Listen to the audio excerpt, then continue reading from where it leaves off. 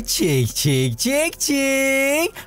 Oke guys, welcome back to Ginosis alias Cakra Diva dalam pembahasan bukan spoiler ya, ini tuh lebih ke rangkuman seluruh cerita Shonen BTTH dari season 1 sampai tamatnya ya guys ya. Nah ini tuh bisa dibilangin BTTH spesialnya penutupan sesuai apa yang udah kita janjiin di episode terakhir kemarin ya guys ya. Nah seperti apa yang sudah kita jelasin juga di closing episode terakhir, di video kali ini Ginosis bakal ngerekapin cerita Donghua kesayangan kalian semua ini nih, full dari zaman Mang Oyen masih cupu berubah jadi Kang Pak Boy kesayangan Ciwi Solehon sampai akhirnya jadi Kaisar Api alias Yandi yang juga makhluk paling OP se-BTTH Raya. Jadi nggak usah lama-lama, langsung aja kita terobos.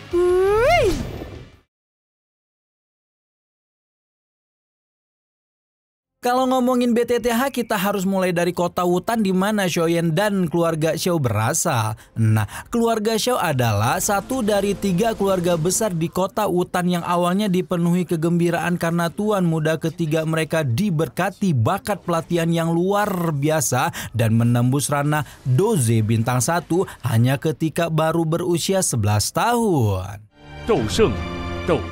Nah, buat kalian yang mungkin ada yang baru gabung atau lupa-lupa ingat atau nggak tahu tuh tingkatan-tingkatannya, nah ini sekalian deh sama Ginosis alias Cakra Diva kasih tahu ya. Yang pertama itu Doziki, yang kedua itu Doje, yang ketiga itu Doshi, yang keempat itu Dadoshi, yang kelima itu Doling, yang keenam itu Doang, yang ketujuh itu Dohuang, yang tadi itu Doang, nah sekarang Dohuang, nah yang kedelapan Dojong, nah yang kesembilan Dojun, yang ke-10 Dosheng, yang ke-11 baru Dodi ya guys ya, yang ke-12 itu si Bambang.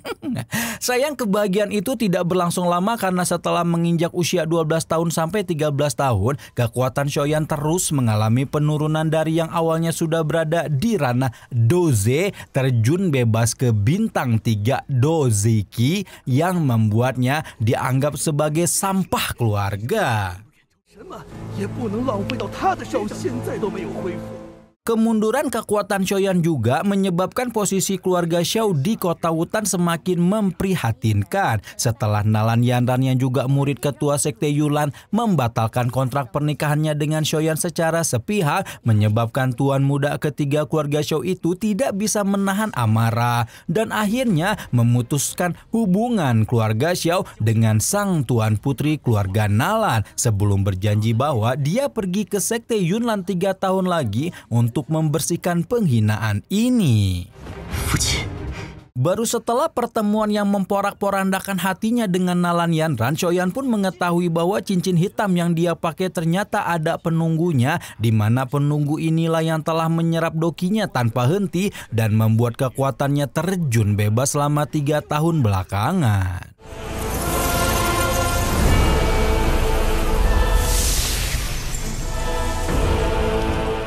Penunggu inilah yang kemudian kita panggil sebagai Abah Yolo alias Yochen ya guys ya. Awalnya Shoyan sangat marah kepada Abah dan berkali-kali mengusir lelembut itu untuk pergi dari cincinnya. Tapi kemudian Abah mempraktekkan keterampilan S3 marketingnya dan berjanji akan membuat Shoyan mencapai ranah Doze dalam waktu 1 tahun. Bahkan mengajari teknik pemunian obat yang membuat pemuda itu auto mupeng-mupeng. Sejak saat itulah Abah resmi mengangkat Shoyan sebagai murid dan mungkin tidak pernah menyangka jika bocil FF yang kebetulin dia temui ini akan menjadi orang terkuat di benua Doki.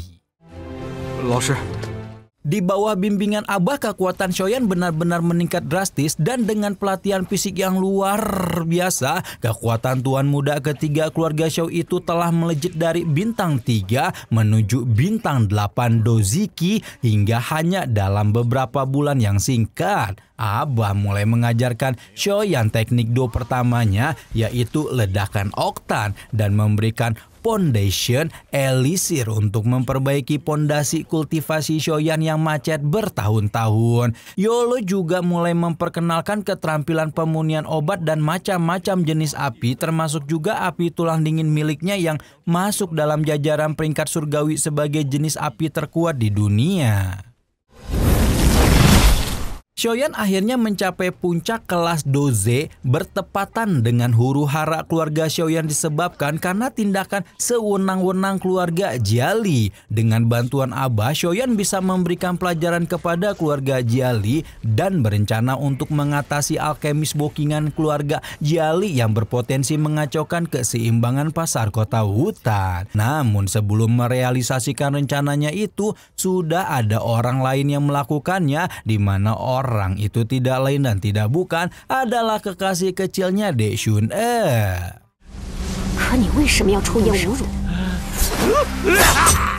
Jialibi menggunakan kematian Tuan Liu untuk menyerang keluarga Xiao, dan Shoyan yang mengetahui hal itu langsung meminta bantuan Abah untuk menyelamatkan keluarganya. Tanpa diduga, Abah malah menolak permintaan itu dengan alasan ingin Shoyan belajar untuk memfokuskan pikirannya demi menjadi lebih kuat dan membuat muridnya menjadi sangat kecewa.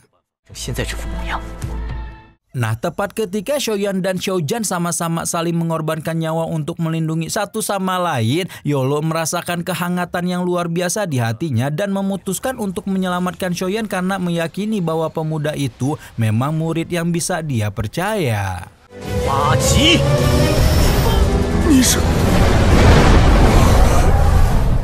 Setelah menyelamatkan keluarga Xiao dari kehancuran dan penindasan keluarga Jiali, Abah pun secara langsung meminta izin kepada Xiaojan untuk membawa putra ketiganya berlatih. Setelah mendapat restu dari Xiaojan, Abah mulai menceritakan tentang mantra api yang bisa membuat seseorang berevolusi dengan menelan api surgawi.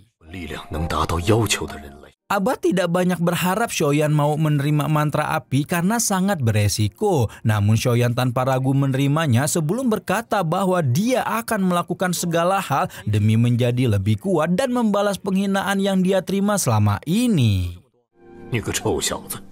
Setelah menerima mantra api, Shoyan melewati banyak hal mulai dari mendapatkan warisan penguasa hitam Suan dari Abah, bertemu dengan Shoishan di hutan dan terlibat pertikaian dengan tentara bayaran kepala serigala, mendaftarkan diri ke Akademi Jianan meskipun langsung minta cuti di hari yang sama, memusnahkan keluarga Jiali dari kota hutan, dan akhirnya menjalani perpisahan dengan De Sun untuk memulai pelatihan panjangnya demi memenangkan perjanjian 3 tahun melawan Nalan Yanran.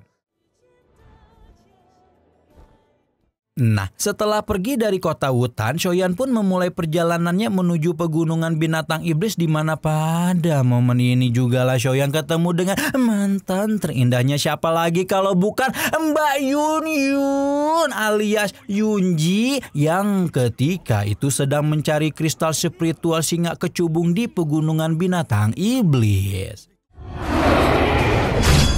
Karena pertarungan melawan singa kecubung, Mbak Yunzi mengalami luka yang cukup parah dan akhirnya dibantu oleh Shoyan untuk memulihkan luka-lukanya di dalam goa. Meskipun awalnya Yun tampak waspada kepada Shoyan, mbak-mbak solehot yang ternyata merupakan ketua sekte Yunlan itu pada akhirnya luluh juga, malam-malam menikmati momen kebersamaannya dengan si Brondong hingga terjadilah adegan yang menyenangkan sekaligus mengharumkan di antara Shoyan dengan Mbak Yunzi dan membuat tuan muda ketiga keluarga Xiao itu merasakan untuk pertama kalinya kalau ada yang bisa ditegakkan tapi bukan keadilan.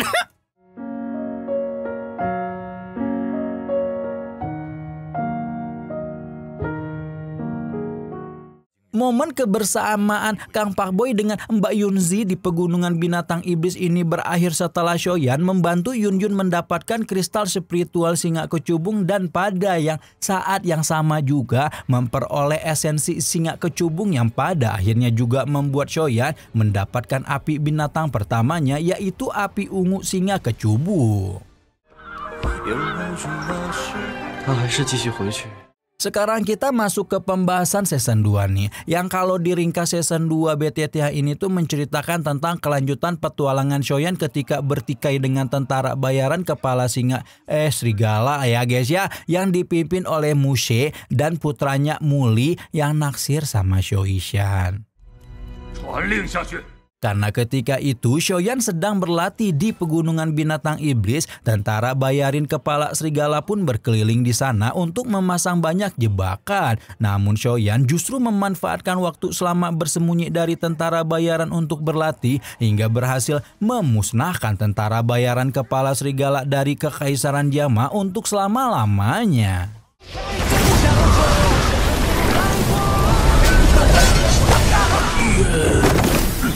Selain menghancurkan tentara bayaran kepala serigala, Shoyan juga membawa Shoishan pergi dari kota Kingsan dan akhirnya melakukan perjalanan menuju jurang tersembunyi yang menjadi tempat persembunyian rahasia Shoishan. Jurang tersembunyi yang menjadi tempat rahasia Shoishan ini mengandung banyak energi murni dan tampak begitu indah karena dipenuhi berbagai tanaman obat sehingga menjadi tempat yang sangat menyenangkan baik untuk bermain maupun berkultivasi bagi Shoye. Namun kegembiraan dan kebersamaan yang dilalui kedua muda-mudi itu tidak berlangsung lama ketika suatu pagi Shoishan tiba-tiba saja menghilang dan Shoyan baru mengetahui jika sebenarnya gadis yang tampak begitu baik dan polos itu memiliki tubuh beracun. Berhubung tubuh beracun sangatlah berbahaya, Shoishan pun memutuskan untuk pergi meninggalkan Shoyan karena tidak ingin pemuda itu berada dalam bahaya. Shoyan hanya merasa tidak berdaya mengetahui temannya menderita seperti itu, namun hidup juga harus terus berjalan ketika pemuda itu melanjutkan petualangan ke kota Batu Hitam untuk mendapatkan lisensi alkemis pertamanya. Lisensi alkemis ini dibutuhkan dalam rangka mengumpulkan bahan-bahan obat pendukung untuk menyempurnakan api surgawi apabila Shoyan bisa menemukannya nanti. Tanpa diduga, Shoyan langsung meluluskan diri sebagai alkemis tingkat 2 termuda sepanjang sejarah, mendapatkan bahan-bahan obat yang dia perlukan kemudian dimurnikan oleh Abayolo menjadi pil yang nantinya akan melindungi tubuh fisik Shoyan ketika menemukan api surgawi. Baru setelah itu Shoyan melewati perjalanan panjang di Gurun Tager dan bertemu oleh Sang Kaisar Es alias Haibodong untuk pertama kalinya.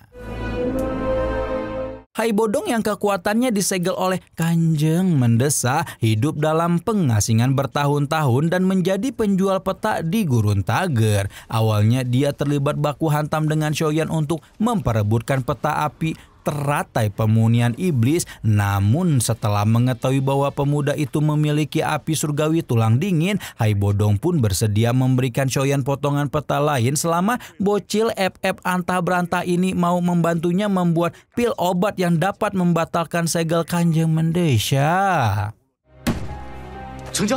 Selain mendengar nama calon istrinya, pertemuan dengan Haibodong ini juga membuat Shoyan mendapatkan informasi tentang keberadaan api surgawi di Gunung Tager yang juga akan menjadi api surgawi pertamanya, yaitu api inti teratai hijau.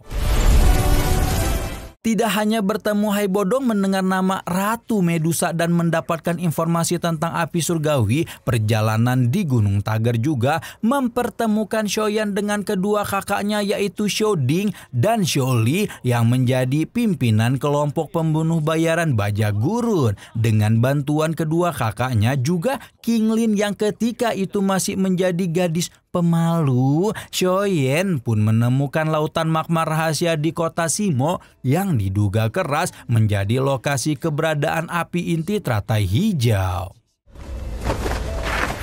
Setelah tanpa sengaja Kinglin mengaktifkan mata bunga ular 3 Gio, Shoyan pun mengetahui bahwa api inti teratai hijau ada di dasar lautan magma yang pada akhirnya justru membuka pertemuan pertamanya dengan Kanjeng Mendesa selaku orang yang sudah mengambil api inti teratai hijau lebih dulu.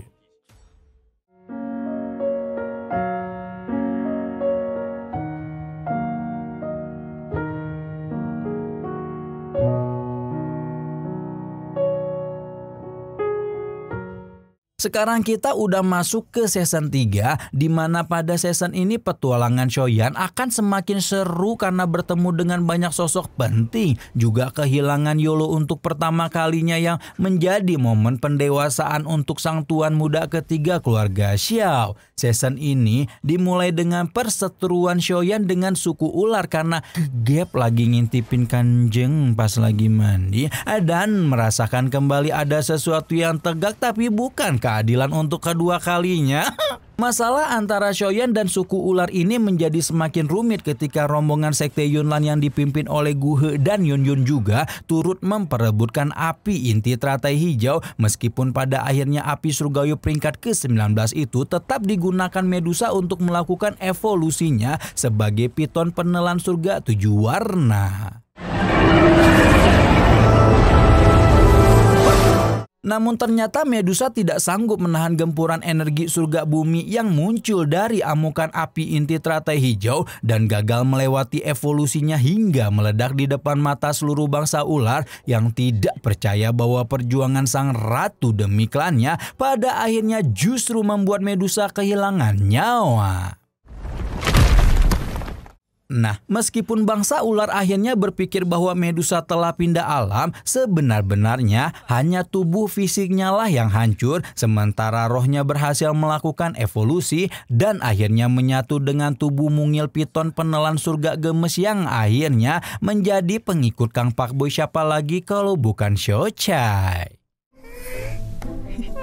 Karena Xiaochai sangatlah menggemaskan, Shoyan pun mengambil ular lucu itu sebagai peliharaannya sebelum kemudian membawa api inti teratai hijau keluar dari markas bangsa ular. Meskipun sempat direcoki oleh rombongan sekte Yunlan termasuk juga Yun Yun alias Mbak Yunzi. Setelah Yun Yun mengetahui bahwa Dek Shoyan ingin menelan api inti teratai hijau, ketua sekte Yunlan itu langsung panik dan berusaha sekuat tenaga untuk membujuk agar berondong kesayangannya itu mengurungkan niat untuk berurusan dengan api surgawi. Namun Shoyan sama sekali tidak bergeming dan tetap kekeh pada keinginannya untuk menelan api inti teratai hijau, bahkan seperti mengucapkan selamat tinggal kepada teteh gelis itu kalau dia memang akan dimusnahkan oleh api surgawi.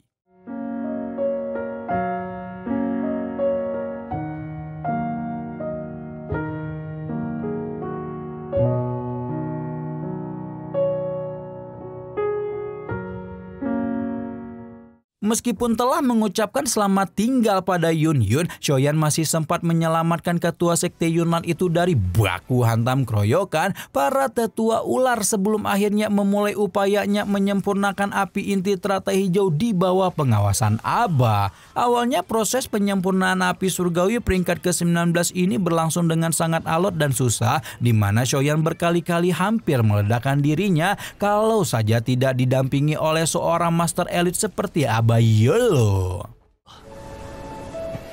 Akhirnya dengan bantuan mantra api, pendampingan dari Aba dan juga berbagai bahan obat yang telah dikumpulkan, Shoyan pun mampu meredam amukan dari api inti teratai hijau dan secara resmi mendapatkan api surgawi pertama dalam hidupnya. Sayangnya kegembiraan Shoyan ini tidak berlangsung lama karena tentara bayarin baja Gurun mendapatkan beberapa masalah dengan tentara bayaran baja pasir. Meskipun tentara bayaran baja pasir berhasil diatasi oleh Shoyan, permasalahan masih belum berakhir ketika Shoyan mengetahui bahwa Qinlin diculik oleh keluarga Mo yang merupakan salah satu keluarga kepercayaan sekte Yunlan. Shoyan yang memang ketika itu masih merupakan anak muda yang dipenuhi ambisi terus berusaha sekuat tenaga untuk menyelamatkan Qinlin dan mengalahkan kepala klan Mo yaitu Mo Cheng yang telah mendapatkan kekuatan tambahan dari aula jiwa. Shoyan terus meminjam kekuatan spiritual Aba dan memaksa gurunya itu untuk membantunya membentuk teratai api Amara Buddha. Awalnya Shoyan merasa sangat senang bisa menciptakan teknik baru dari penggabungan dua api surgawi. Namun tuan muda ketiga keluarga Xiao itu tenggelam dalam penyesalan tak berujung setelah mengetahui bahwa ambisi dan keegoisannya telah menyebabkan Abah mengorbankan jiwanya. Xiaoyan menyadari bahwa tiap kali membantunya, Abah akan menghabiskan kekuatan jiwanya dan sekarang gurunya telah jatuh dalam tidur panjang karena tidak lagi memiliki kekuatan jiwa tersisa. Xiaoyan segera berubah dari pemuda yang semangat menjadi murung dan terus tenggelam dalam penyesalan seolah bersedia melakukan apapun demi memutar waktu. Sayang penyesalan memang selalu datang belakangan karena kalau datangnya di depan itu namanya pendaftaran. Dan Xiaoyan hampir saja benar-benar jatuh dalam keterpurukan kalau Hai Bodong tidak menyinggung masalah pil obat yang bisa membantu memulihkan jiwa seseorang. Baru setelah mendengar itulah Xiaoyan kembali bersemangat dan berusaha memulihkan diri secepat mungkin untuk memulai perjalanannya ke ibu kota Kekaisaran Jiama. Hingga tiba-tiba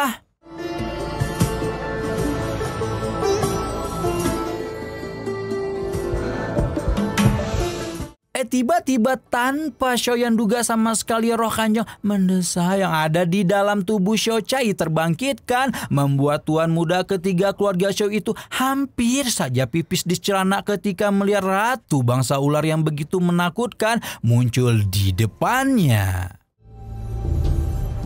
Untung saja roh Medusa belumlah stabil dan kembali ke wujud gemes Xiao Chai hingga Xiaoyan pun bisa menghela napas lega. Keterbagungan karena kemunculan Kanjeng mendesah dikesampingkan Xiaoyan dengan cepat ketika pemuda itu akhirnya keluar dari Gunung Tager dan mengikuti Hai Bodong menuju ibu kota Kekaisaran demi menemukan berbagai bahan obat yang dapat digunakan untuk memulihkan jiwa Abah. Begitu sampai di Kekaisaran Jiama, Xiaoyan kemudian tahu bahwa Hai Bodong adalah petinggi keluarga Meteor. Juga mendapat kabar bahwa keluarga Nalan sedang mencari alkemis terbaik untuk merawat Nalan Ji alias kakek Nalan Yanran yang sedang terluka parah karena racun api yang menggerogoti tubuhnya.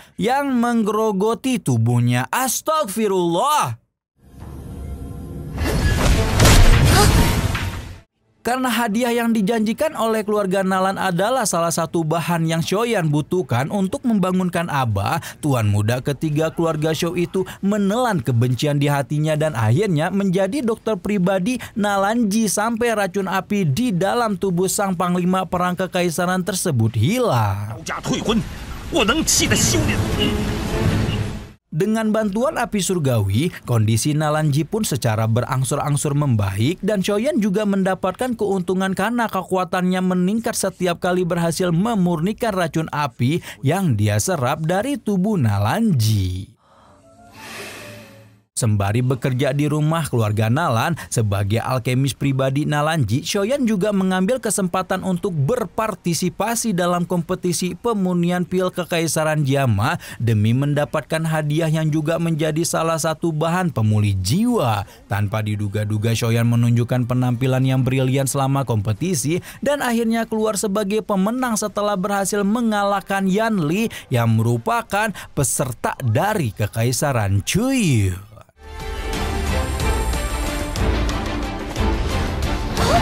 Karena jasa Xiaoyan alias Xiaoyan alias Yan Xiao kepada kakeknya, juga pencapaian pemuda itu yang luar biasa selama kompetisi pemunian pil, Nalan Yanran pun tanpa sadar kelepek-kelepek pada Kang Pak Boy tanpa mengetahui bahwa alkemis muda yang luar biasa itu sebenar-benarnya adalah pemuda yang telah dia rendahkan beberapa tahun lalu.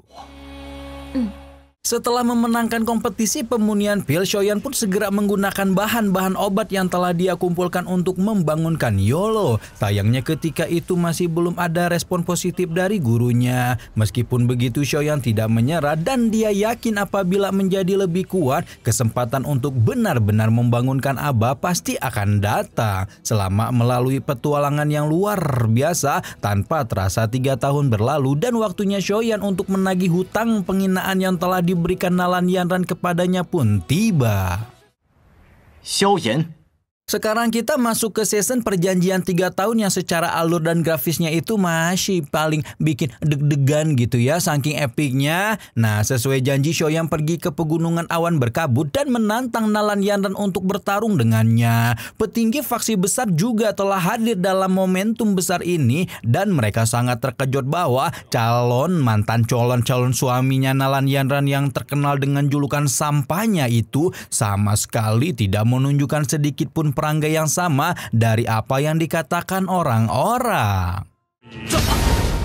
Pertempuran menjadi semakin memuncak ketika semua orang tahu bahwa Shoyan sebenar-benarnya merupakan identitas asli dari Yan Xiao yang ketika itu dikenal sebagai pemuda luar biasa di Kekaisaran Jama, membuat Nalan Yanran yang diam-diam memendam cinta sepihak kepada Yan Xiao pun merasa batinnya tergoncang dan mengakui Shoyan benar-benar menuntaskan balas dendam dengan menciptakan ilusi mempesona yang telah berhasil meluluhlantahkan hati.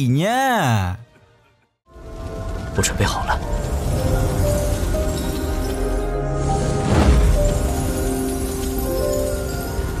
去吧。 Singkat cerita, Nalan Yanran berhasil dikalahkan, namun masalah belum selesai untuk Shoyan karena Yunleng menemukan celah lain untuk memburu pemuda itu setelah salah satu tetua bersaksi bahwa api biru yang Shoyan keluarkan merupakan api yang sama dengan pembunuh Moceng di season 2. Masih ingat kan?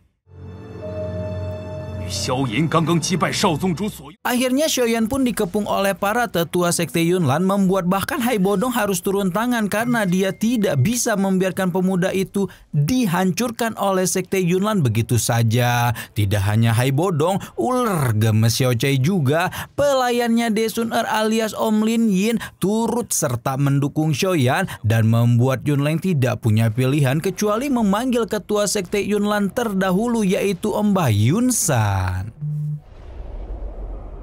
Yunsan tidak mengetahui apa yang sebenarnya terjadi, namun hanya dengan melihat reputasi sekte yang dihancurkan oleh bocil FF seperti Shoyan telah membuat leluhur sekte Yunlan itu emosi dan akhirnya juga ikut-ikutan Yunleng dengan berambisi untuk menangkap Shoyan apapun yang terjadi. Bahkan dengan dukungan dari dua elit Do Huang, melawan Yunsan yang merupakan seorang praktisi dojong adalah hal yang mustahil dilakukan.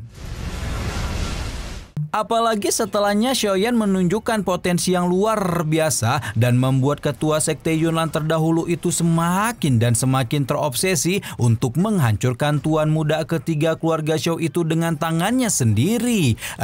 Ketika Shoyan sudah benar-benar digerpek dan OTW dihabisi oleh Yunsan itulah tiba-tiba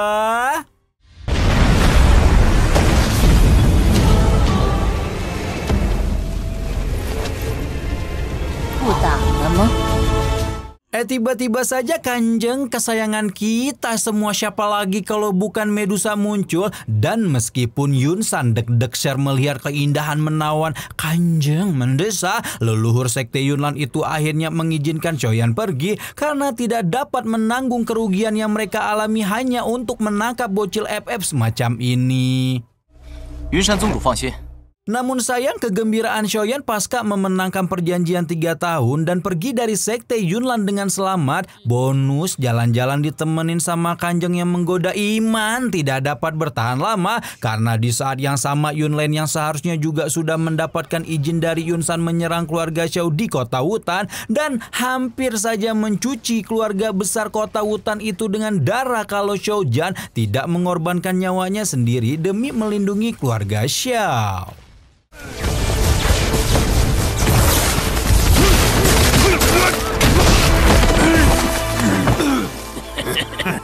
Kabar penyerangan keluarga Xiao itu akhirnya sampai ke telinga Shoyan dan membuat tuan muda ketiga keluarga Xiao itu tidak bisa menahan amarah ketika mengetahui bahwa orang yang menjadi dalang di balik kehancuran keluarga dan menghilangnya Xiaojan alias bapaknya ini adalah Yunleng dan sekte Yunlan. Setelah membantu keluarga Xiao menstabilkan kekuatannya di kota hutan, Shoyan pun bergegas pergi ke sekte Yunlan dan berjanji akan membuat Yunleng mempertanggungjawabkan perbuatannya dengan nyawa. Namun ternyata takdir mempermainkannya dengan begitu kejam karena begitu sampai di Sekte Yunlan, Xiaoyan baru mengetahui bahwa ketua Sekte Dolim yang telah menimbulkan banyak kerugian untuk keluarganya tidak lain adalah Mbak Yunzi alias Yunyun. Yunyun terus berusaha meyakinkan Xiaoyan bahwa Sekte Yunlan pasti akan mempertanggungjawabkan atas kerusakan yang diderita oleh keluarga Xiao. Namun di sisi lain Yunleng yang didukung oleh Yunsan menunjukkan kesombongan dan justru berkata akan membuat Xiaoyan tetap tinggal di sekte karena telah datang untuk membuat kekacauan.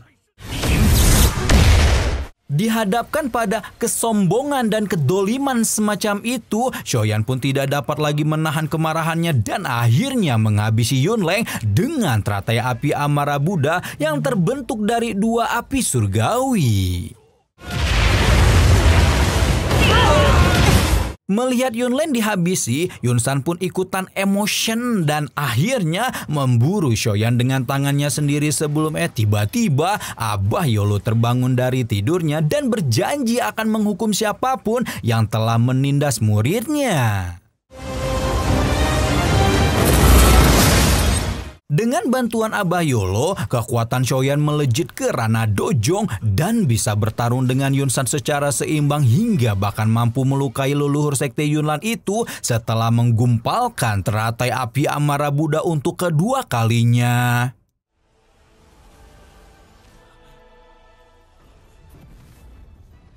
Namun ketika Xiaoyan mau menghabisi Yunsan, Yunyun justru menghalanginya, membuat tuan muda ketiga keluarga Xiao itu akhirnya paham betapapun indahnya masa lalu yang telah dia lewati bersama dengan Mbak Yunzi. Perempuan itu masih tetap akan memilih sektenya lebih dari apapun. Karena Yunyun sudah menentukan posisinya, Xiaoyan pun berniat untuk tidak lagi mengingat masa lalunya dengan Mbak Yunzi dan menyatakan dengan tegas bahwa hubungan di antara mereka berdua akan berakhir sampai di sini. Xiaoyan menghabiskan waktu beberapa hari main kejar-kejaran dengan Sekte Yunlan di Pegunungan Iblis dan semakin sakit hati ketika Yunyun mengaktifkan segel penanda yang sebelumnya ditinggalkan Yunsan di tubuhnya. Xiaoyan memperjuangkan hidupnya dengan susah payah melawan para ketua sekte dengan mengaktifkan transformasi perubahan 3 api misterius untuk pertama kalinya dan akhirnya memiliki harapan untuk benar-benar pergi dari Kekaisaran Jama setelah Om Hai Bodong mengerahkan seluruh sumber daya keluarga Meteor untuk membuka jalan bagi Xiaoyan melanjutkan hidupnya di luar Kekaisaran. Perjalanan Xiaoyan melarikan diri sempat terhambat ketika Yunyun mencegatnya secara pribadi dan ketika tuan muda ketiga keluarga Xiao itu sudah siap baku hantam melawan sang ketua sekte Yunlan, Yunyun justru melepaskan segel Yunsan ketika memerintahkan Xiaoyan membuat tuan muda ketiga keluarga Xiao itu tahu bahwa Yunyun telah mengorbankan hal besar untuk tetap menjadi Mbak Yunzi yang dia kenal sebelumnya. Akhirnya Xiaoyan pun mengucapkan salam perpisahan terakhir, berkata bahwa perasaannya yang dalam kepada Mbak Yunzi akan tetap ada sebelum meminta kepala sekte Yunlan itu menyampaikan pesan pada gurunya bahwa Xiaoyan pasti akan kembali dan membalas penindasan yang dia alami suatu saat nanti. Selesai perjanjian 3 tahun, sekarang kita masuk ke pembahasan BTTH season 5 yang masih ongoing sampai sekarang dan kemungkinan bakal terus tayang sampai cerita BTTH ini tamat ya guys ya. Nah, BTTH season 5 dimulai ketika Xiaoyan keluar dari Kekaisaran Jama dan menuju wilayah sudut hitam di mana Akademi Jianan berada. Nama Xiaoyan sudah cukup viral di dalam akademi karena langsung ambil cuti 2 tahun penuh ketika baru saja penerimaan murid baru dan menjadi semakin viral karena dikenal sebagai pemuda yang selalu ditunggu dan dirindukan oleh sang Dewi Jianan, siapa lagi kalau bukan Daeshun Er. Untungnya penantian Sun Er itu tidak berakhir dengan sia-sia karena ketika Xiaoyan datang bersamaan dengan kualifikasi halaman dalam, tuan muda ketiga keluarga Xiao itu muncul dengan penampilan yang menakjubkan pada pertandingan pertama sehingga bisa merengkuh Sun Er dengan bangga di depan mata semua orang. Kemunculan Xiaoyan di Akademi Jianan yang tiba-tiba membuat begitu banyak orang tidak senang karena menganggap murid Sok Yes itu tidak pantas untuk selalu mendapatkan perhatian full dari sang dewi. Kendati demikian, Xiaoyan membuktikan bahwa pilihan Sun Er tidak pernah salah setelah melesat ke babak final kualifikasi halaman dalam dengan begitu mudah dan akhirnya memenangkan kompetisi setelah menggeprek 3 murid top halaman luar yaitu Bai Shan, Wu Hao, dan Hu Jia dengan teratai api amarah Buddha. 这是替熏儿还你们。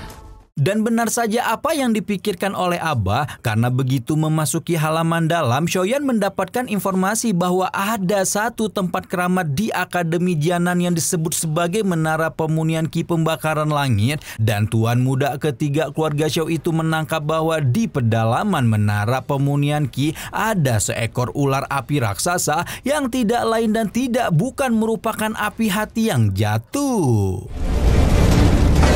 Dengan segala keviralannya sejak masuk akademi, Xiaoyan dengan sukses membentuk sebuah faksi yang bernama Gerbang Pan di halaman dalam, di mana reputasi Gerbang Pan ini menjadi sangat luar biasa setelah menjadi penguasa perdagangan obat di seluruh halaman dalam, menggantikan geng obat. Dan Xiaoyan bertemu dengan murid daftar peringkat kuat mulai dari kapak gila Lin Yan, Lin Suya, sampai dengan sang ratu kekerasan alias murid nomor 1 dalam daftar peringkat kuat halaman dalam Akademi Jianan. Siapa lagi kalau bukan calon kaisar naga void kuno Jian.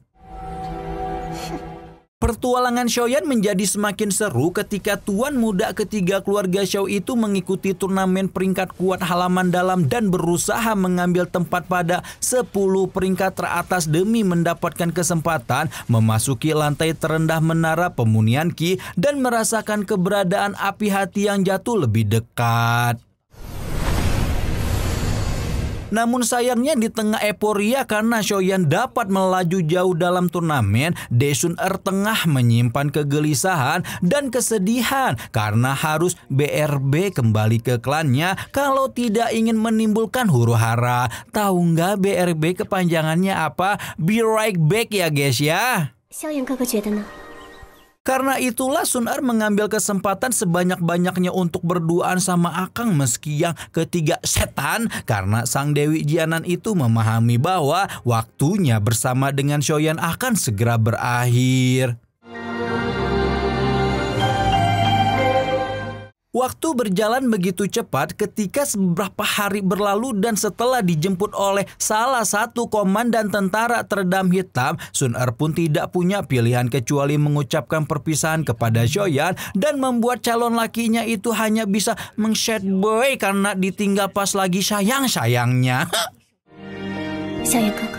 Xiaoyan memahami bahwa Sun Er memang memiliki latar belakang yang luar biasa. Meskipun begitu sekuat dan sebesar apapun kekuatan di balik kekasih kecilnya ini, Xiaoyan berjanji akan mencari gadis itu suatu saat nanti dan menyatakan dengan bangga kepada dunia bahwa gadis secantik rembulan ini adalah miliknya. Sepeninggalan Sun Er, Xiaoyan berusaha keras move on dari kesat boyannya dan fokus pada api hati yang jatuh berhubung waktunya memasuki dasar Menara Pemunihan Ki akan segera tiba. Nah, tapi di waktu yang bersamaan ternyata segel api hati yang jatuh justru hancur dan membuat api surgawi peringkat ke-14 itu berhasil melepaskan diri. Kondisi sempat menjadi tenang sesaat ketika para tetua berhasil meredam amukan api hati yang jatuh, namun situasi kembali memanas ketika rombongan Kaisar Obat berusaha merebut api surgawi tersebut, sampai kemudian Shoyan mengetahui bahwa sosok Kaisar Obat yang dipuja-puja ahli wilayah sudut hitam ini adalah Han Peng alias kakak seperguruannya yang berkhianat.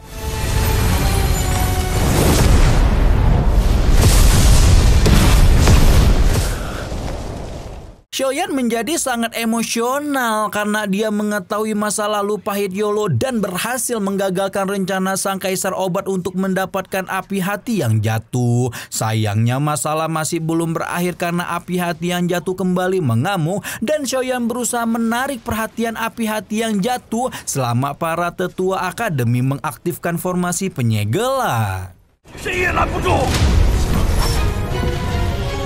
Namun tidak semua niat baik akan berbuah kebaikan juga, karena tidak ada yang tahu bahwa pada hari itu seseorang pemuda yang di masa depan dianggap sebagai legenda akan mengorbankan nyawa demi menyelamatkan Akademi Jianan dari bayang-bayang kehancuran.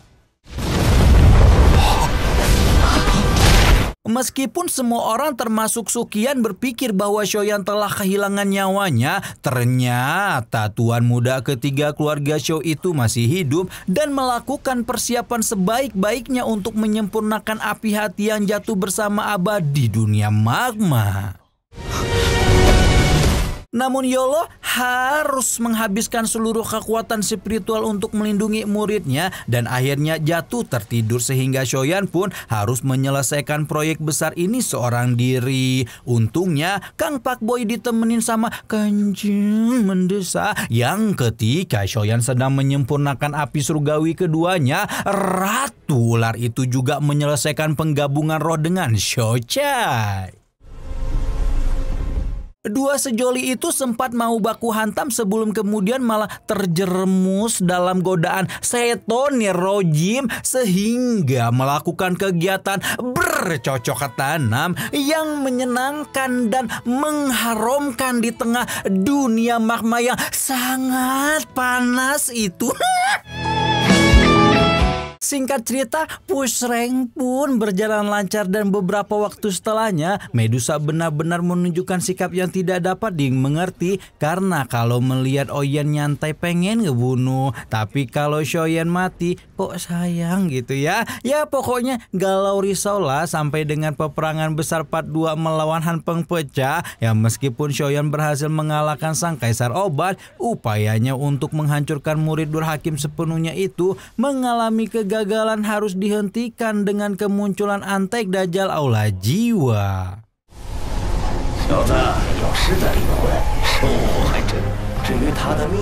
Shoyan pun mau tak mau hanya bisa ikhlas dan pasrah melihat jiwa Han Peng dan api jantung laut dibawa oleh Aula Jiwa dan memilih untuk fokus melanjutkan persiapannya untuk membangkitkan Yolo. Shoyan meminta bantuan Sukian untuk mencarikannya bahan-bahan obat serta mendirikan gerbang Shao sebagai ganti aliansi hitam yang sebelumnya dibackingi oleh Han Peng.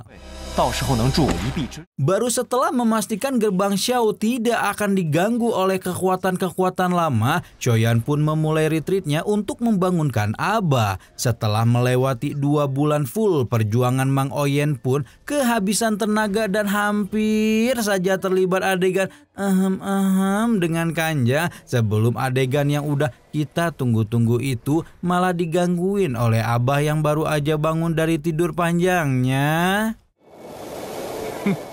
Karena urusannya di wilayah sudut hitam untuk sementara telah selesai seluruhnya, Shoyan pun tidak menunduk rencana mudiknya lagi dan membawa sejumlah besar ahli tingkat tinggi dari wilayah sudut hitam kembali bersamanya menuju ke Kekaisaran Yama untuk membalaskan dendam pada Sekte Yunlan. Namun begitu sampai di sana, Shoyan justru mendengar Sekte Dolim itu sedang berusaha menghancurkan Haibodo karena melindungi keluarga Xiao membuatnya sangat marah dan akhirnya meluluh lantakan semua Antek Dajjal Sekte Yunlan yang dikirim ke pavilion keluarga Mite Earth juga mengacaukan nikahan paksa yang diselenggarakan Yun San untuk Guhe dan muridnya Yun Yun. Segera setelah Xiaoyan dan rombongannya muncul, pertempuran yang menggoncang kekaisaran pun pecah, di mana tidak hanya menghadapi sekte Yunlan, tuan muda ketiga keluarga Xiao dan aliansinya juga harus melawan Aula Jiwa yang mengirimkan Wu Ying untuk menangkap Aba. Dengan memacu kekuatannya sampai ke puncak, Xiaoyan pun berhasil menghabisi Yun San, namun mengalami luka yang sangat parah sehingga tidak bisa membantu pertarungan Yolo melawan Wu Ying. Meskipun Yolo sudah dibantu oleh Kanjeng, Mendesak yang tidak bisa menolak permohonan Akang, pada akhirnya mantan alkemis terkuat di seluruh benua itu pun harus jatuh ke tangan Aula Jiwa dan dipaksa untuk mengucapkan perpisahan pada muridnya. Saking besarnya sakit hati yang Xiaoyan rasakan, tuan muda ketiga keluarga Xiao itu awalnya ingin meluluhlantahkan seluruh sekte Yunlan. Namun setelah ditenangkan oleh orang-orang terdekatnya, Xiaoyan pun mengubah keputusannya dan memerintahkan Yun Yun untuk membubarkan sekte dalam 1 bulan. Setelah sekte Yunlan bubar, Xiaoyan pun menjalani retreat mendalam selama beberapa bulan, dan begitu keluar dari retreat dia justru mendengar bahwa aliansi Yan sedang diserang oleh aliansi 3 kekaisaran, termasuk juga sekte racun dari kekaisaran Chuyun. Pimpinan gadis racun yang tidak lain dan tidak bukan adalah Xiao Yishan alias dokter peri kecil. Xiao Yishan? Berkat S3 marketing Xiaoyan saat meyakinkan Xiao Yishan bahwa dirinya pasti akan membantu gadis itu untuk mengendalikan tubuh beracunnya, ketua sekte racun itu pun menarik mundur aliansinya dan membuat 2 faksi lain yaitu Lembah Mulan dan sekte Angsa Emas menjadi tidak puas. Untungnya serangan susulan yang 2 faksi itu rencanakan bisa dicegah dengan informasi Xiao Yishan, sehingga Xiaoyan pun memutuskan untuk menjadi sekutu sekte racun. Apalagi setelah itu dia mendengar bahwa gerbang 10.000 kalajengking selaku busu bubuyutan sekte racun sedang bekerja sama dengan Aula Jiwa. Namun pertempuran dengan gerbang 10.000 kalajengking akhirnya membuat Xiaoyan terinfeksi titik racun iblis, dan satu-satunya yang bisa menyelamatkannya adalah seorang elit Dojun. Hal ini membuat Xiaoyan memutuskan untuk segera memulai perjalanannya ke dataran tengah dan mencari Om Peng Xian sebagai teman baik gurunya untuk membantu membatalkan titik racun iblis. Akhirnya Xiaoyan pun berpisah dengan Kanjeng Mendesak dan sekarang ganti ditemani sama Neng Xian memulai pertualangan panjangnya ke dataran tengah, tapi mampir dulu ke wilayah sudut hitam ketika malah bertemu Han Peng dalam wujud barunya. Murid Nur Hakim itu tiba-tiba kolab dengan lembah api iblis selaku musuh bubuyutan Akademi Jianan dan membawa hantu iblis tanah tua alias Pak Ijo untuk menyerang akademi, yang membuat Xiaoyan mengeluarkan teratai api pemusnahan untuk pertama kalinya. Untung berkat bantuan 2 penjaga akademi, kehancuran bisa dihentikan meskipun Han Peng berhasil melarikan diri dan berusaha membentuk aliansi ketika Xiaoyan masuk ke dunia magma untuk kedua kali sebelum bertemu dengan pemilik api hati yang jatuh sebelumnya, siapa lagi kalau bukan Aba Bucitrek alias Tianhuo. Setelah keluar dari dunia magma, Xiaoyan pun bergegas menghentikan rencana aliansi Han Peng yang seketika itu didukung oleh antek Dajjal Aula Jiwa, yaitu Pelindung Suan. Namun Han Peng malah mengkhianati Pelindung Suan, dan sebagaimana keserakahan tidak akan membawa keuntungan, Kaisar Obat yang dolim itu akhirnya benar-benar mengalami kekalahan yang pahit sebelum kemudian jiwanya ditahan oleh Xiaoyan dan disiksa perlahan sampai memohon untuk kematiannya.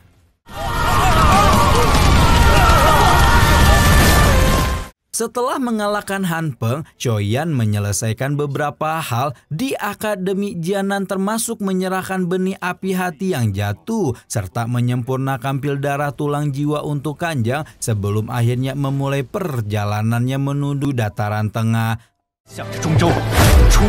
Perjalanan menuju dataran tengah ini cukup kacau karena Shoyan terpisah dari rekan-rekannya dan justru bertemu dengan keluarga Han yang pada akhirnya menjadi asal muasal pertikaiannya dengan Paviliun Petir Angin. Paviliun Petir Angin tidak terima Shoyan mempraktekkan teknik rahasia mereka dan akhirnya menggunakan keluarga Han untuk memancing kemunculan pemuda itu.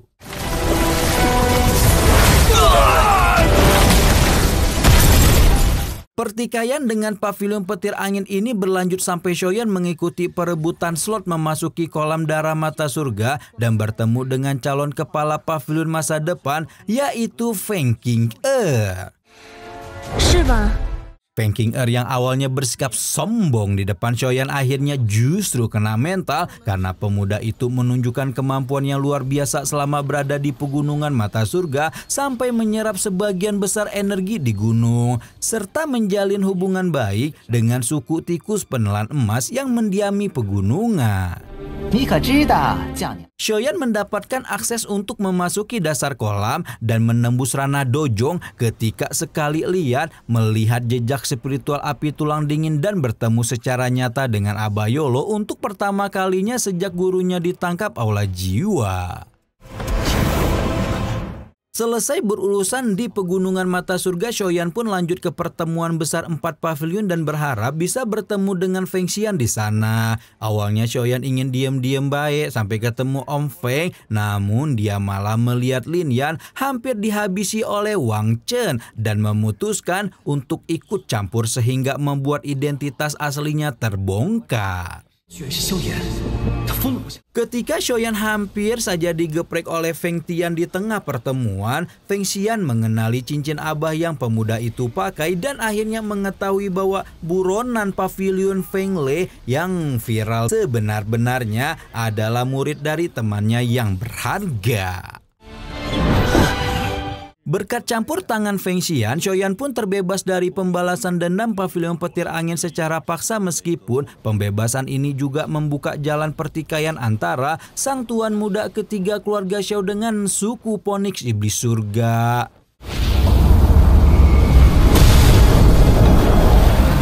Shoyan ditawari Feng Xian untuk ikut dengannya ke Paviliun Bintang Jatuh berhubung Yolo sebenarnya juga merupakan salah satu pendiri paviliun besar tersebut. Namun Shoyan belum bisa menerima tawaran Feng Xian karena dia masih harus mencari rekan-rekannya yang entah di mana. Ketika mendapat kabar bahwa gadis racun alias Xiaoyishan sedang menjadi buronan lembah sungai es karena tubuh beracunnya. Permasalahan dengan lembah sungai es menjadi semakin pelik ketika Shoyan menyelamatkan Xiaoyishan dan membuatnya ikut-ikutan menjadi buronan salah satu faksi besar di dataran tengah tersebut. Karena kekuatan lembah sungai es cukup luar biasa, Shoyan pun memanfaatkan waktu sebaik-baiknya untuk membantu Aba Bucitrek dan Xiaoyishan melakukan transformasi dan dalam beberapa hari bisa membantu Tianhuo bangkit dengan tubuh baru sebagai seorang doju. Tidak hanya Tianhuo yang mengalami transformasi, Xiaoyishan pun akhirnya berhasil menyempurnakan pil racun dan dapat mengendalikan tubuh racunnya dengan sempurna. Namun masalah dengan lembah sungai es belum berakhir ketika Aula Jiwa ikut terlibat dan mengirimkan Wu Ying serta King Hai, ditambah lagi kepala lembah sungai es Bing He yang turun secara pribadi yang membuat kelompok Shoyan menjadi terpojok. Untungnya ketika itu Shoyan mendapatkan bala bantuan yang tidak terduga, di mana bala bantuan yang baru banget muncul di episode terakhir kemarin malam adalah kekasih kecilnya Gu Sun-er yang mengungkapkan diri sebagai tuan putri salah satu klan kuno yang legendaris. Oke, sekarang kita masuk ke alur cerita yang belum ada versi Donghuanya ya, alias masih belum tayang ya guys ya. Nah, setelah Shoyan bertemu dengan Sun-er, nanti mereka hampir saja terjerumus dalam godaan Saiton untuk nge-push rank bareng kalau enggak dihentikan sama dua tetua klan Gu yang udah panik khawatir tuan putri mereka pulang dalam kondisi enggak perawan. Sayang kebersamaan Shoyan dan Dek Sun-er hanya berlangsung beberapa hari saja dan Shoyan pun melanjutkan petualangannya di dataran tengah dengan mempersiapkan diri untuk menyambut konferensi PIL yang menurut Ye Jong akan memberikan kesempatan bagi 10 peringkat teratasnya untuk berusaha menyempurnakan api surgawi 3000 pembakaran. Selama periode ini Shoyan juga membantu klan Ye untuk mengikuti pengujian 5 klan besar wilayah PIL dan akhirnya berhasil mempertahankan kursi tetua klan Ye di Menara PIL berkat kemampuan pemunian obatnya yang luar biasa.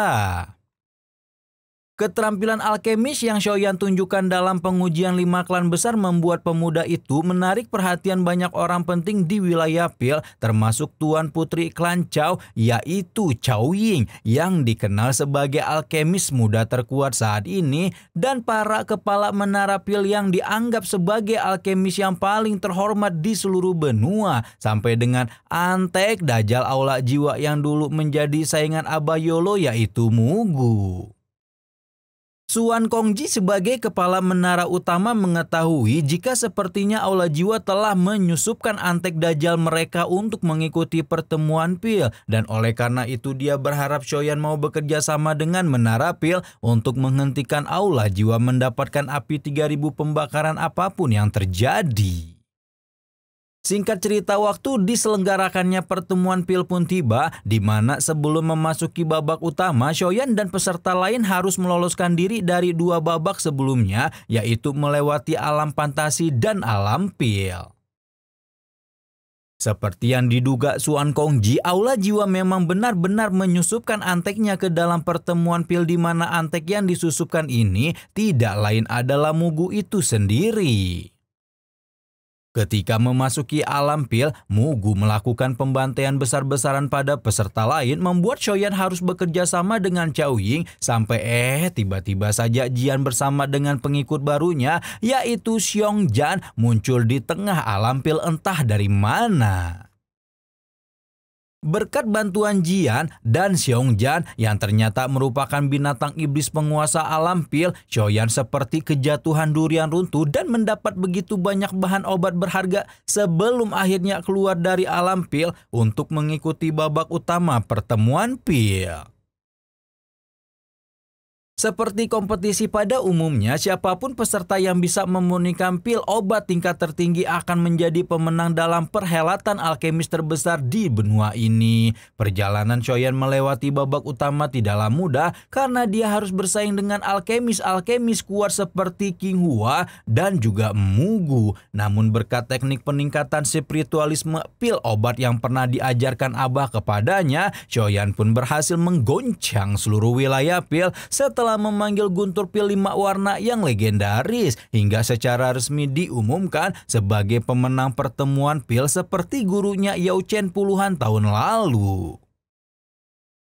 Setelah resmi menjadi pemenang pertemuan pil, Shoyan secara alami akan mendapatkan kesempatan untuk menaklukkan api 3000 pembakaran yang selama ini telah disegel oleh menara pil di alam bintang. Awalnya Shoyan berpikir untuk nekat aja lah melakukan segala hal yang dia bisa untuk menyempurnakan api surgawi peringkat ke-9 tersebut. Nah, Jian menceritakan bahwa api 3000 pembakaran dulu adalah peliharaan leluhurnya dan membagikan segel naga milik suku naga kunonya kepada Shoyan. Waktunya memasuki alam bintang akhirnya tiba dan Mugu beserta Antek Dajjal Aula Jiwa sempat membuat huru-hara dengan membantu api 3000 pembakaran melepaskan segelnya. Untung saja Shoyan berhasil memanfaatkan segel naga peninggalan Jian dan ketika semua orang keluar dari alam bintang yang mengalami kehancuran, Shoyan pun memanfaatkan waktu itu untuk menaklukkan sang api surgawi peringkat ke-9 seutuhnya.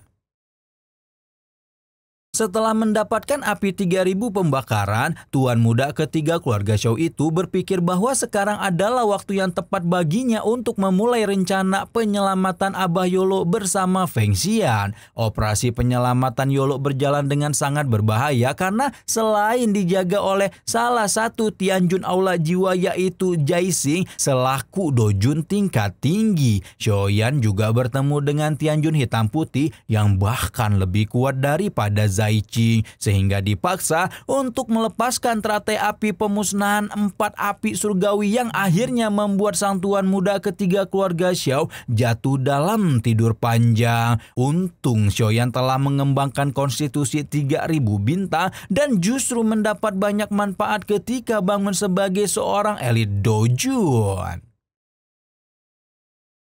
Meskipun menyelamatkan Abah Yolo membuat Xiaoyan mengalami luka parah dan jatuh tak sadarkan diri selama lebih dari setahun, dengan dukungan pelapon batu alam bintang dan pertempuran hidup mati yang membuatnya mengerahkan seluruh kekuatan di tubuhnya, tuan muda ketiga keluarga Xiao itu juga mendapatkan manfaat luar biasa dan akhirnya mencicip ranah dojun untuk pertama kali. Xiaoyan langsung ditugaskan oleh Abah untuk pergi ke reruntuhan kuno dan mendapatkan buah bayi jiwa sebagai salah satu bahan utama untuk membangkitkan tubuh baru gurunya.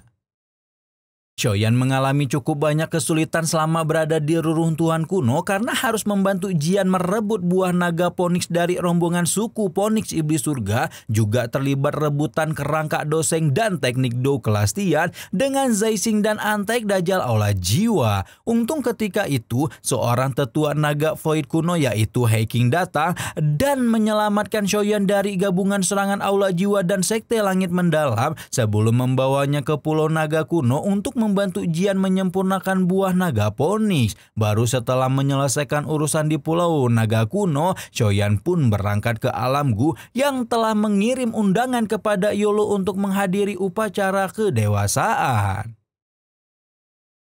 Begitu memasuki Alam Gu, Xiaoyan langsung diincar oleh banyak generasi muda klan yang tidak terima pemuda antah berantah itu mendapatkan cinta dewi mereka. Sayang tidak ada satupun dari generasi muda klan Gu yang bisa mempermalukan Xiaoyan, di mana bahkan tuan muda ketiga keluarga Xiao itu bisa mengalahkan jenderal keempat tentara teredam hitam dan akhirnya mendapatkan pengakuan jika dia memang memiliki kualifikasi untuk bersama tuan putri klan Gu Sun E. Pertualangan Xiaoyan di Alam Gu berlanjut pada ekspedisi makam kuno dan bertemu dengan fragmen jiwa leluhurnya Xiao Xuan dan mendapatkan garis keturunan Do di klan Xiao yang sengaja disimpan oleh mantan kepala klan Xiao tersebut. Ketika kembali dari makam kuno, Xiaoyan mendapat kabar bahwa aliansi Yan sedang berada dalam bahaya karena mendapatkan serangan dari Sekte Singa yang dibackingi oleh Aula Jiwa, dan tidak membuang banyak waktu, Xiaoyan segera ke benua barat laut dan membantu aliansi Yan memenangkan pertempuran ketika bertemu dengan putrinya Xiao Xiao untuk pertama kali dan bersatu kembali dengan Kanjeng Mendesak, bahkan menikahinya setelah Ratu Ular itu mengorbankan banyak hal untuk melindungi keluarga Xiao menggantikan dirinya. Setelah menyelesaikan urusan di benua barat laut, Xiaoyan membawa Medusa dan Xiao Xiao ke pavilion bintang jatuh, membuat Abah senang karena dapat mantu dan cucu baru sebelum pergi ke pameran dagang spasial dan mendapatkan pecahan terakhir dari peta api teratai pemunihan iblis. Tidak hanya mengetahui lokasi kemunculan api teratai pemunihan iblis, Xiaoyan juga mendapatkan jejak jiwa dari Jing Lian Yaoseng yang nantinya akan membantu Xiaoyan untuk menaklukkan api surgawi peringkat ketiga tersebut. Sebelum mencari api teratai pemunihan iblis, Xiaoyan pergi ke gurun kuno untuk mendapatkan hati bodhisattva dan bertemu dengan rombongan paksi-paksi besar termasuk juga klan Gu dan klan Hun yang merupakan kekuatan besar di balik Aula Jiwa.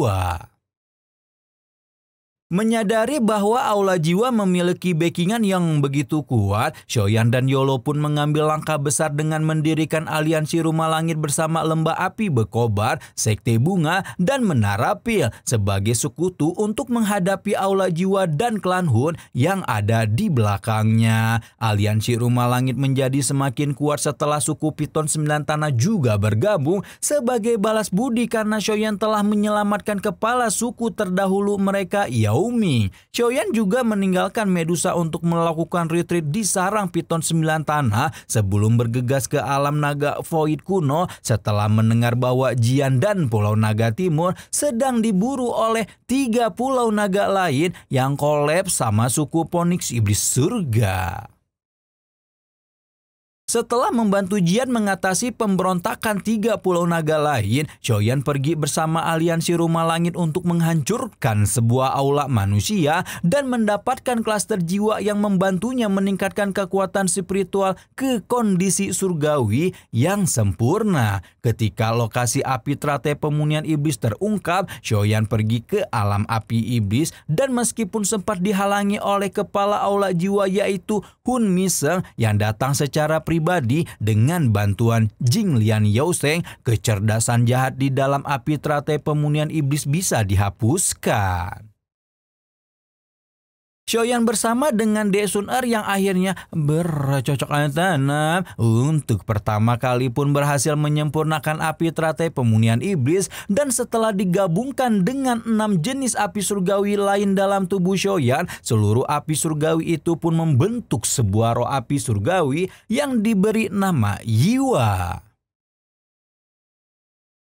Setelah meninggalkan alam api iblis, Xiaoyan menyelesaikan masalah dengan aula jiwa setelah menggeprek Hun Miseng sebelum kemudian pergi ke sarang Piton 9 Tanah untuk menyelamatkan Kanjeng Mendesak dari ancaman suku Phoenix iblis surga. Tanpa diduga-duga, pada waktu yang sama Kanjeng pun menyelesaikan retreatnya dan justru berevolusi menjadi Piton penelan surga 9 warna yang merupakan sebuah eksistensi binatang iblis kuno yang dapat disejajarkan dengan naga void kuno atau Phoenix surga kuno. Masalah Xiaoyan dengan binatang-binatang iblis belum berakhir ketika dia mengetahui bahwa Jian berada dalam masalah besar karena menghadapi Raja Naga Utama alias Bewang yang pada akhirnya nanti disempurnakan menjadi boneka baru untuk Xiaoyan.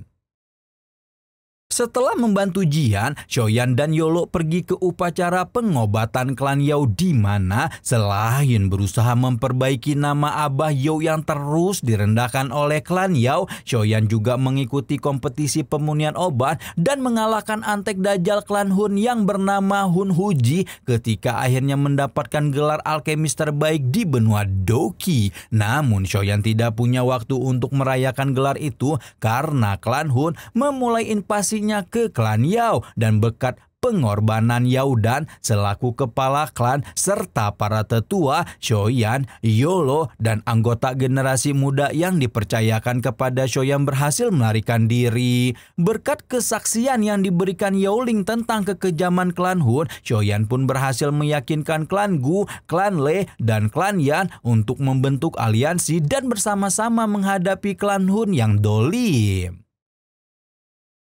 Sayangnya Hun Tiandi sudah mempersiapkan diri lebih cepat dan dengan kelicikannya, kepala klan Hun itu berhasil mencuri giok kaisar kuno Tause dari 3 klan kuno lain, juga mendapatkan potongan giok terakhir dari klan Xiao yang ditukarkan oleh Xiaoyan untuk menyelamatkan bapaknya. Didesak oleh perkembangan klan Hun yang semakin mengkhawatirkan, Xiaoyan memasuki makam kuno lagi untuk mencari cara menghidupkan leluhurnya, namun tidak ada satu cara pun yang dia temukan.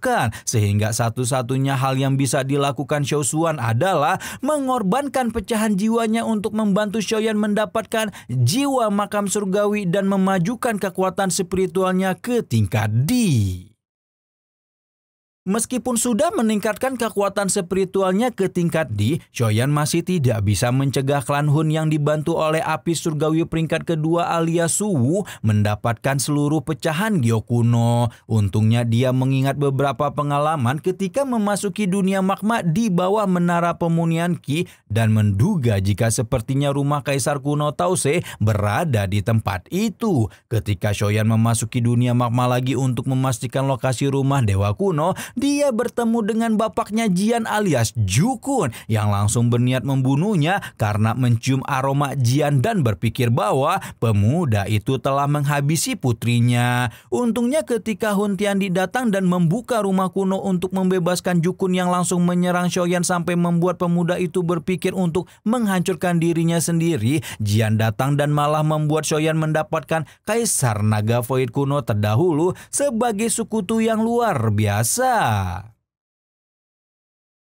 Namun sayangnya Hun Tiandi tetap berhasil mendapatkan embrio Pildi dan membentuk formasi berdarah untuk menyempurnakan embrio tersebut menjadi Pildi yang sempurna. Ketika aliansi dan seluruh dataran tengah telah diliputi teror kehancuran ketika memikirkan seberapa menakutkan Hun Tiandi ketika menjadi seorang Dodi nanti, Jukun mengatakan bahwa hal yang paling penting di kediaman Dewa Kuno bukanlah embrio Pildi, tapi warisan yang ditinggalkan oleh Kaisar Kuno Tause. Tanpa diduga Kaisar Kuno Tause memilih Shoyan sebagai pewarisnya, dan setelah melewati 2 tahun yang panjang di makam kuno untuk menyempurnakan warisan Kaisar Kuno Tause, Shoyan pun berhasil menjadi Dodi tandingan bagi Hun Tiandi dan memulai pertempuran dewa yang menggoncang dunia. Kekuatan yang Shoyan dapatkan dari warisan kuno senyata-nyatanya memang lebih tinggi dari Hun Tiandi. Namun karena belum cukup untuk menghabisi kepala klan Hun tersebut, sang tuan muda ketiga keluarga Shou pun mengorbankan tubuh fisiknya untuk berubah menjadi api kaisar dan menyegel Hun Tiandi dalam alun-alun api surgawi. Setelah pertempuran ini, klan Hun benar-benar hancur sementara Shoyan nyanyi, senangnya dalam hati kalau beristri dua, ketika menyelenggarakan pernikahan besar-besaran untuk Medusa dan Sun-er. Setelah bertahun-tahun berlalu, Shoyan mendapatkan pandangan bahwa para Dodi di benua Doki telah pergi ke dimensi lain, dan setelah meninggalkan Ki asal untuk keluarga serta rekan-rekannya agar bisa menembus ranah Dodi, Shoyan turut berpikir untuk menyusul para Dodi ke dimensi lain yang akan menjadi awal lain dari pertualangan panjangnya yang baru.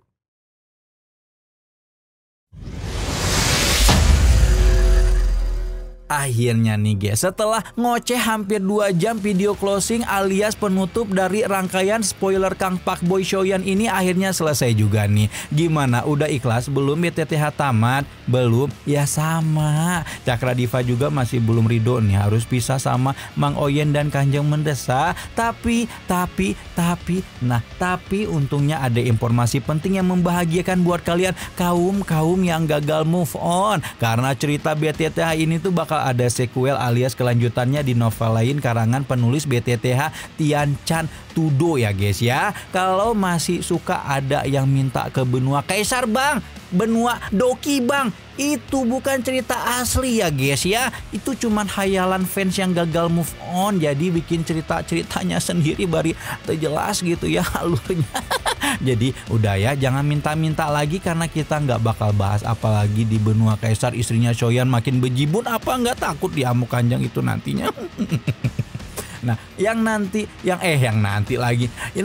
yang kita bahas adalah cerita asli dari penulisnya, yaitu The Great Rules yang dulu udah sempat tayang season 1-nya ya. Dimana nanti Shoyan bakal naik ke Great Thousand World yang jadi settingnya The Great Rules dan jadi salah satu legenda di sana yang dikenal dengan nama Kaisar Api alias Yandi sebagai penguasa api wilayah api abadi ya guys ya. Nanti selain ada Shoyan, ada Lindong juga dari Donghua Wudong Qiankun. Jadi pokoknya karakter utama novel andalan Tian Chan Tudo bakal ngumpul di The Great Rules semua ya. Dan pasti bakal jadi alur epic parah karena orang-orang di The Great Rules ini tuh jauh lebih OP dibanding BTTH sama Wudong ya. Jadi kalian gak usah sedih-sedih banget lah karena spoiler